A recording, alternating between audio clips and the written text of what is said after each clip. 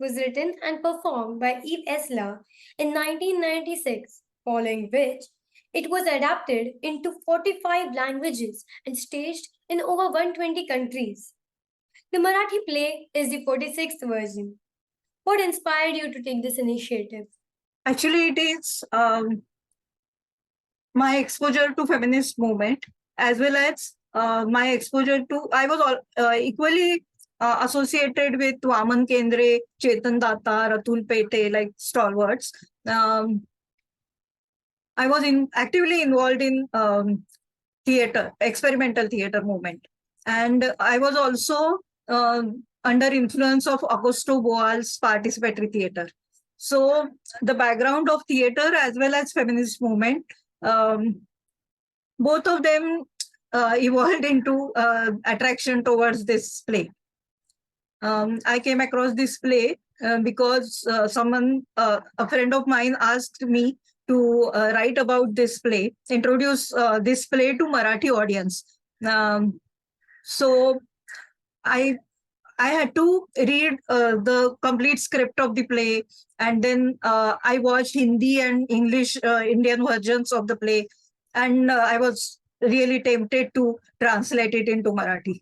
That's a really nice story of how things work out. So, the term feminist or feminism is often misunderstood and misinterpreted.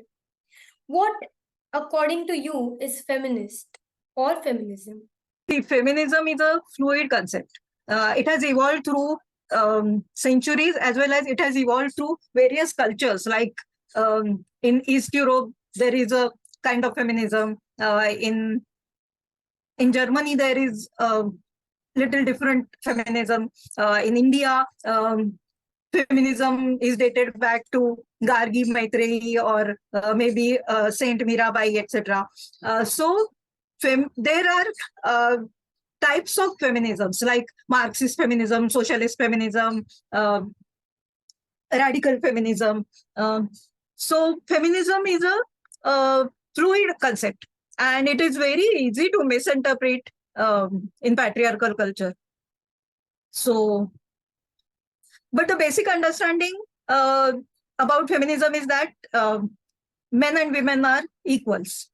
Um, Earlier, it was women want equality with men. But this understanding also developed further when we came to know that there are many genders. There are more than 6 genders. So,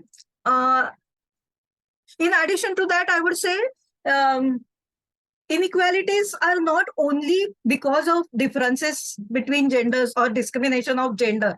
There are various types of discrimination due to class, caste, race, religion, language, physical ability.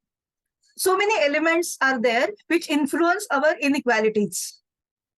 So the inequality of one kind, say inequality of gender, is also influenced by uh, inequality due to caste, class, race, etc., etc. So it is basically a permutation, basically set of permutations and combinations. Uh, so now feminism has evolved into understanding uh, that uh, along with patriarchy, uh, there is importance of intersectionality also. And I am product of this period of social understanding. So I believe that there are various types of feminisms and there are various types of inequalities which work together. And we have to fight all types of inequalities, and we have to celebrate various type of diversities also. Along with fighting, we have to celebrate also. And I have participated into many campaigns like Me Too campaign, campaign related to reproductive rights, campaign for rights of abortion, safe abortion, I would say, campaign against dowry, domestic violence, sexual harassment.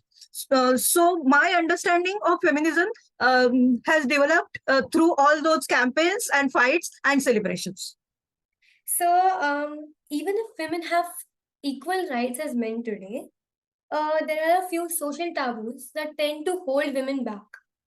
What do you think the society should do on ground level to deal with this?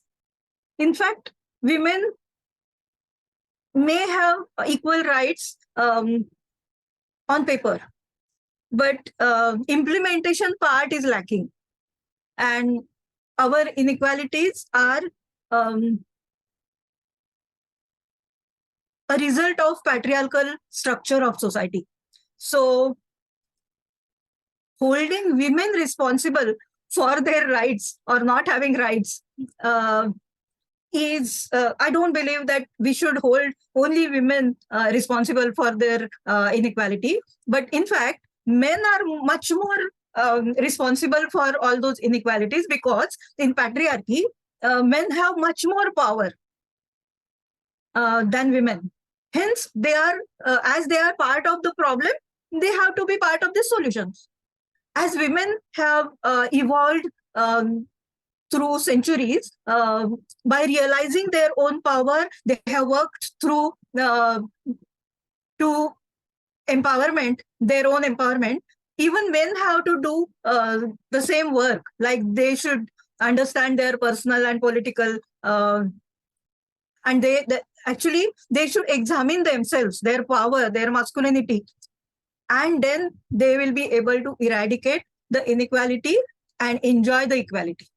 As it is said, the young ones today are the futures of tomorrow. So, related to women's rights or gender equality between all the genders, what message would you want to convey to the young generation today? So I feel that there is a more, sometimes I feel I'm feeling afraid of the period ahead. And sometimes I feel good for your generation that you are getting so many opportunities, lot of enjoyment is there. But along with that, uh, I'm afraid of consumerism, objectification of women, also conflicts. Many kinds of conflicts are there. So I feel the only solution is we should talk to each other, we should listen to each other, give time to each other, and support each other. So, I just want to say thank you for sharing such amazing thoughts. It's very inspiring for young feminists like me and also the generation today. Thank you so much. Thank you.